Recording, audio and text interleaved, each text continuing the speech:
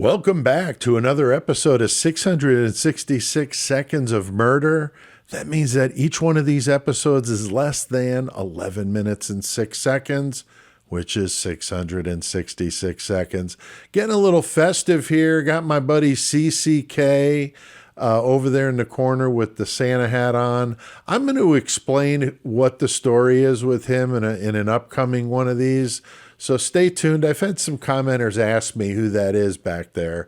I'll explain it. It's worth an episode of its own. So I will fill you in on that. But going to talk some more Idaho 4. I know you guys love this case. I'm fascinated as well. I mean, I can't get enough of it, it seems. So wanted to bring this up and talk to you about a subject that has been in the news here. With the King Road property. Now, I've heard some people talk about it being on Queen Road, which from what I've seen, it looks like that should be the address.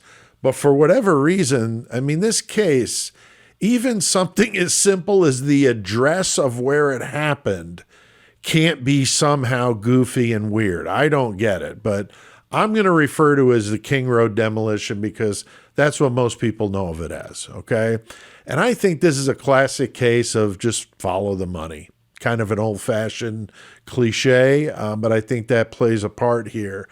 And I also have some personal insight into this story based on my career. I'm semi-retired now, but my career in doing environmental inspections before demolition.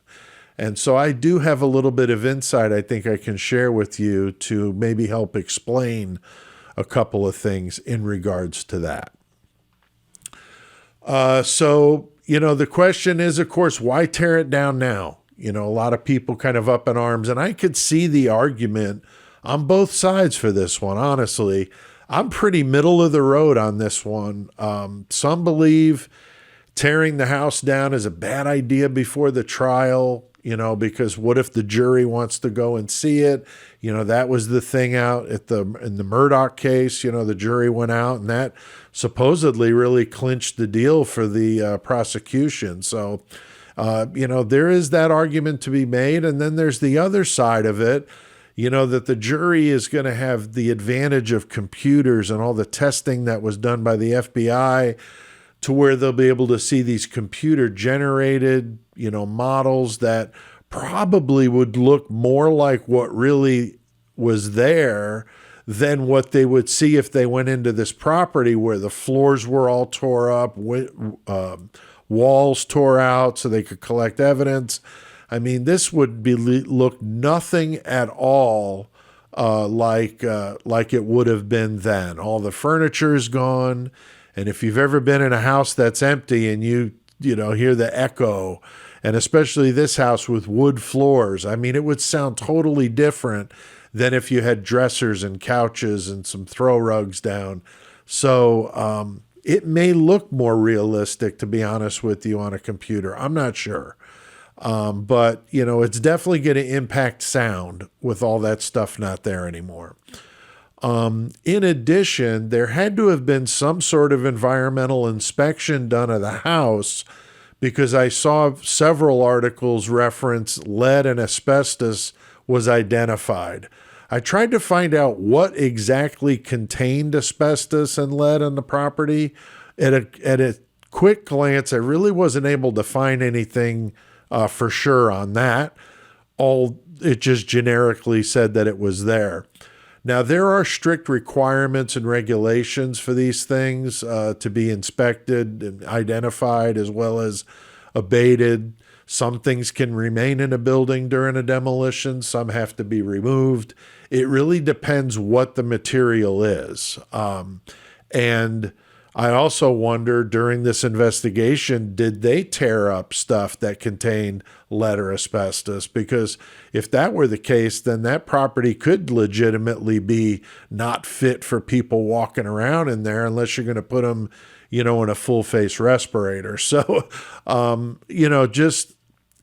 I don't know what, like I said, without looking at the report, I have absolutely no idea where the asbestos and lead is in the place. I'm also not familiar with Idaho laws. I do know Illinois and the federal standards. So there's going to be some kind of standard here, but exactly what it is and how it plays a part in this demolition, I'm not really sure. I can also see that the house has become kind of a dark history attraction. People want to see that sort of stuff. I get it. Take pictures of it, take pictures in front of it, video, whatever.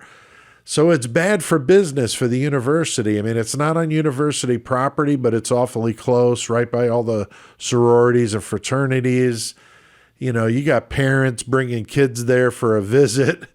They're not going to want to have that right in the middle of all this. It just doesn't look good. It's boarded up. It's very infamous.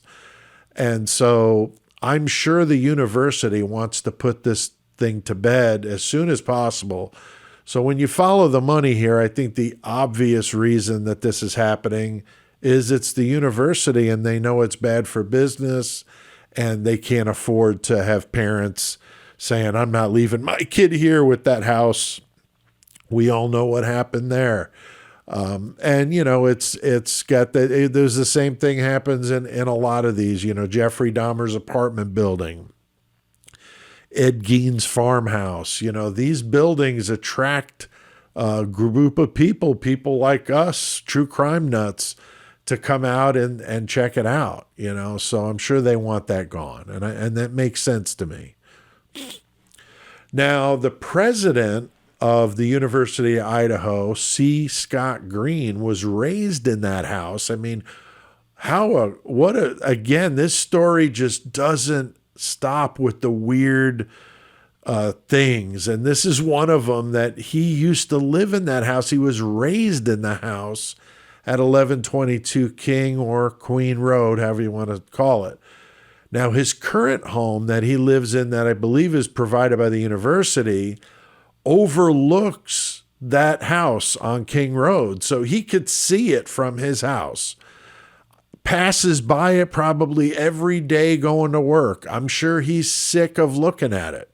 I'm sure he's sick of a reminder of the awful thing that happened in the house where he was raised. I would think that would be weird. So I'm sure that has something to do with it, because the owner of the property gave the house to the university. So it's really theirs to, do with what they want. I mean, it really doesn't matter what you and I think. It's what they want to do. And, the university's entrenched in that town. I mean, that town would die without that university.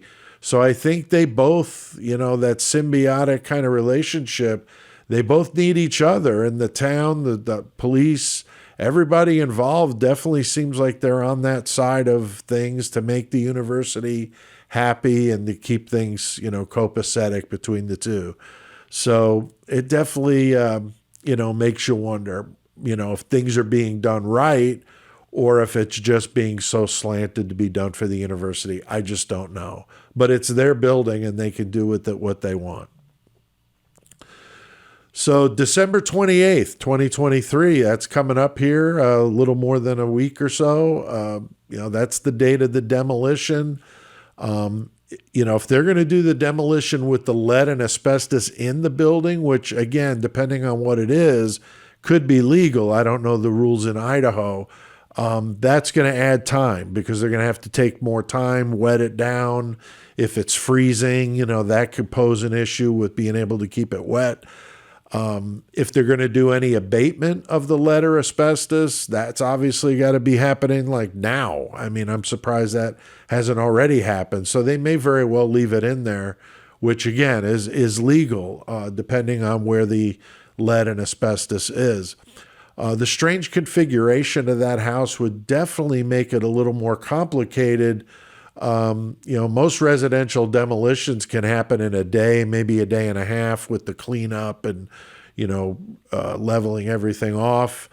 So, it could take longer. It just depends on the environmental issues and what the rules are there in Idaho. So love to know what your guys' thoughts are on this one. It is a question, is it too soon to tear it down? Is it, going to be, we're going to regret it later?